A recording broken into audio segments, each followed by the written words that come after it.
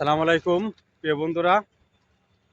আজকে সকাল সকাল চলে আসছি আমার বাহিনী নিয়ে শিয়াল দেখতে।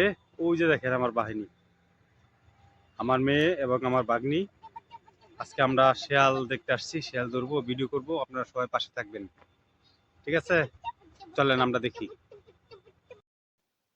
দেখুন, আমার মেয়ে বন্দুক নিয়ে আসছে শিয়ালকে ধরার জন্য। এটি আমার বাহিনী।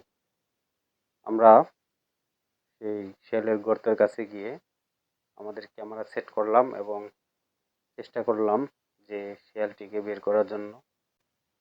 অনেক শব্দ চেঁচামেচি করার পরেও শিয়াল মামার ঘুম ভাঙছে না, বের হচ্ছে না।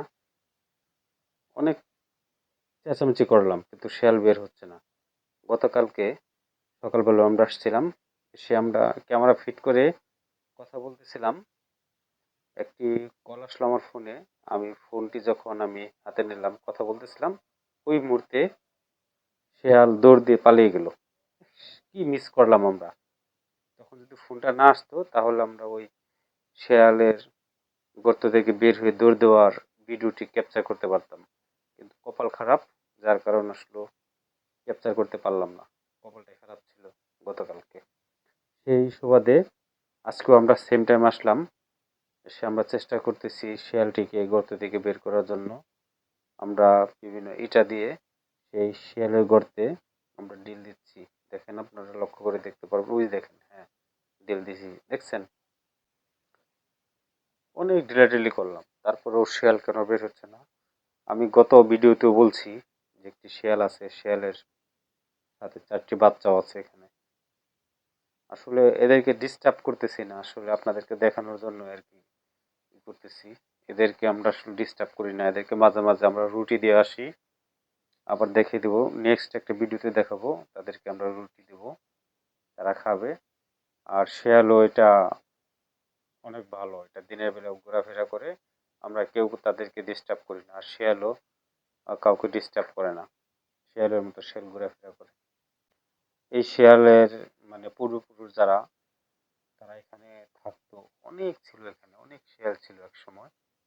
আর এখানকার শিয়াল এখন নাই বললেই চলে, শিয়াল কমে গেছে। হাতে গোনা কয়েকটা শিয়াল আছে এখানে, তার মধ্যে এই গর্তের মধ্যে থাকে একটি, যার একটি বাচ্চাও আছে। একটি না, 4টি বাচ্চা আছে। আপনাদেরকে চেষ্টা করতেছি আমরা আসলে শিয়ালটিকে বের করার জন্য, কিন্তু আজকে শিয়াল কেন বের হচ্ছে না সেটাই আসলে বুঝতেছি না।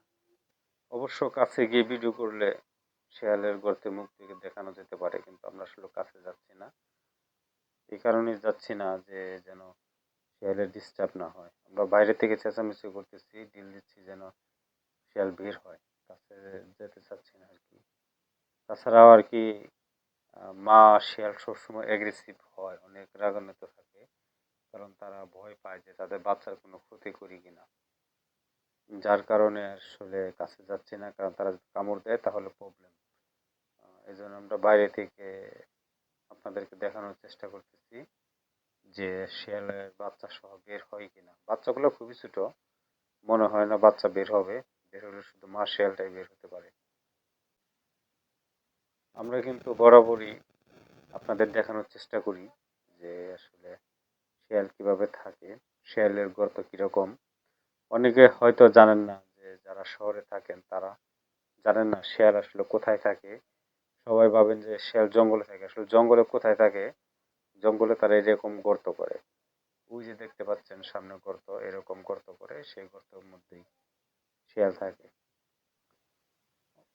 এখনকার শিয়ালগুলো মানে ভয় কম পায়, কারণ হচ্ছে আগে শিয়াল জঙ্গলে থাকতো, মানুষ দেখলে ভয় পেত, দিনের বেলায় বের হতো না।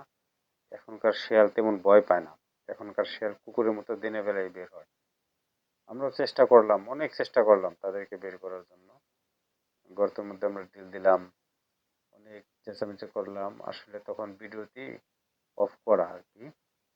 অনেক চেষ্টা করে যখন বের করতে পারলাম না, তখন আমার মেয়ে বলতেছে, আব্বু সামনের একটি গর্ত আছে, সেখানে চলে যাই।